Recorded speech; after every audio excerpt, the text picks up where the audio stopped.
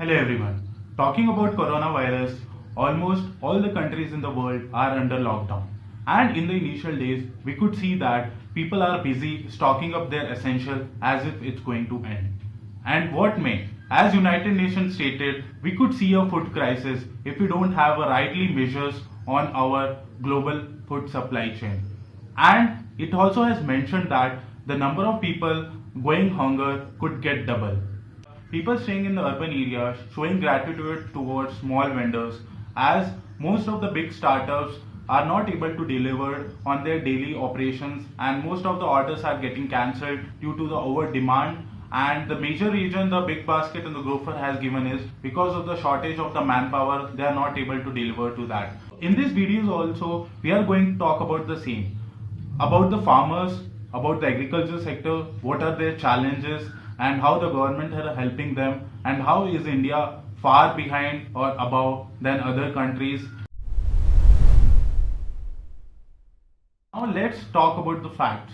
Number of people employed in agriculture sector. In USA in 1817, 50% of the population was there, and currently it's less than 2%. Whereas in China it's around 27%, and in India it's vary around 55% to 60%. Just contribute 17% of the GDP. It was not same earlier. In 1950, agriculture sector contributes 50% to the GDP, which has now 17%. Whereas service sector contributing maximum with the 53% to the GDP and industry sector 30%.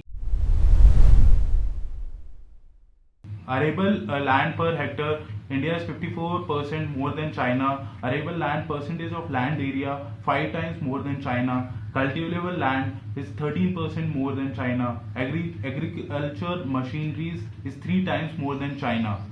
You can see almost all the resources India is far above than China. Now let's talk about the productivity and let's see whether these resources are any help to India or not. So talking about the productivity, first the gross value added by the China in 2011 data, India has added only 307 billion, which is China is 3 times more than India. And agriculture growth per capita, China is 8% more than India, and rice production or rice yield 95% more than India, and wheat production 30% more than India, and the cereal production is 23% more than India, and the water productivity total constant is 4 times more than India. See that India with resources more than China is not having that much productivity or very far less productivity than China. So there could be so many reasons, but I have just listed down 3 of the major is research and development, and the second is investment in the rural infrastructure, and third is liberalized policies. First point, research and development.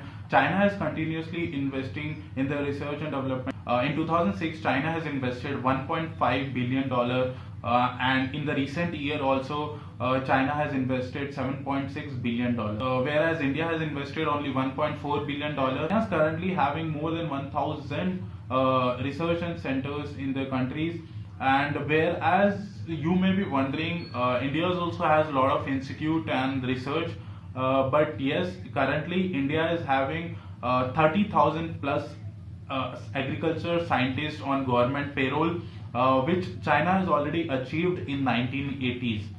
And talking about the fundings and the investment, one of the finding in Punjab Agriculture University, 90% of the funding goes to the research agriculture scientists, and only 3% is being utilized on the research.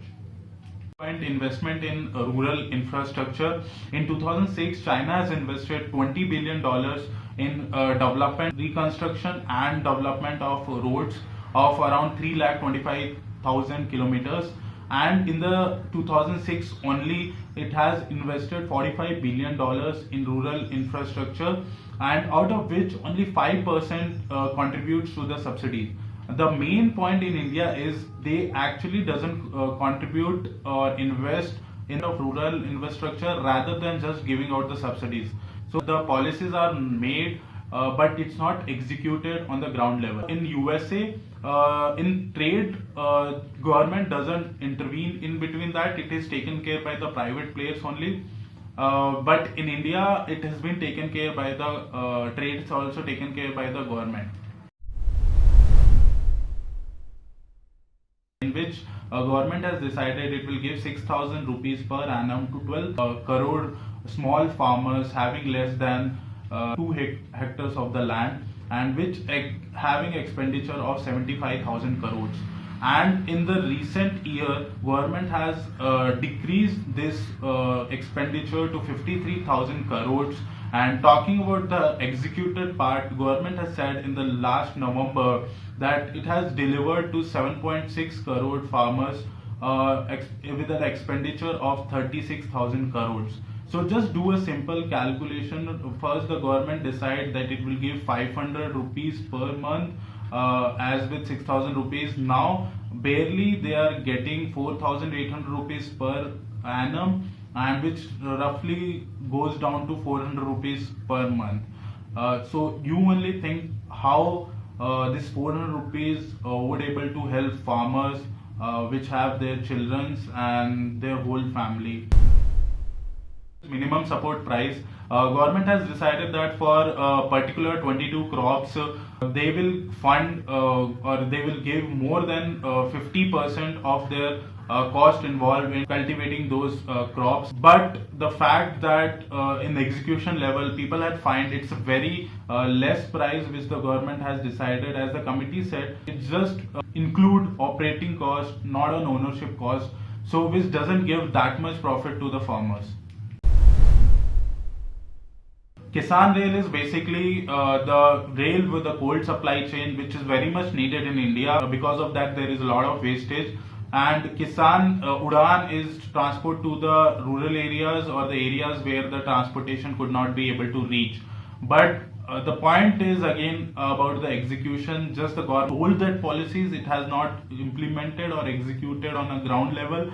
In 2009, Mamata Banerjee government has tried to introduce this rail cold supply chain, but it's never got implemented.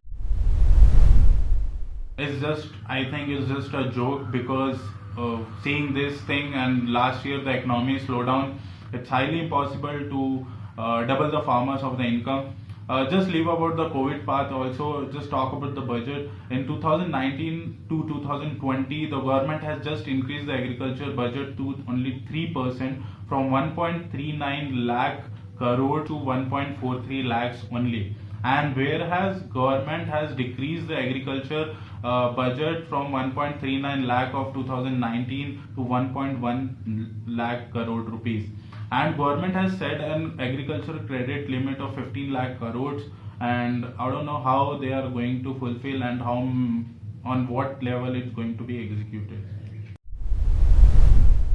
Which has been introduced by the Nirmala Sitharaman in this budget session, which talk about removing the middleman and making for the farmer a common platform for trading, and talk about removing all the APMC markets and more than 2,500 APMC market. And she says that 585 APMC market has already been onboarded. And also there are so many traders in between, so many people behind that, there is so many chain involved in this process, so they are making it difficult for them to onboard it, and which is this idea, it's highly kind of impossible to break the regular chain of the supply chain which already been going.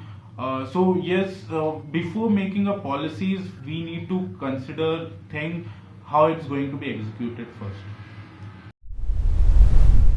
So we need to relax down, reflect on ourselves, what need to be done right, and what is the right way to help our society efficiently, effectively, and it should be able to execute properly. Thank you. Please share your valuable feedback, because I am new to this field, so I love to hear your feedbacks. So comment down below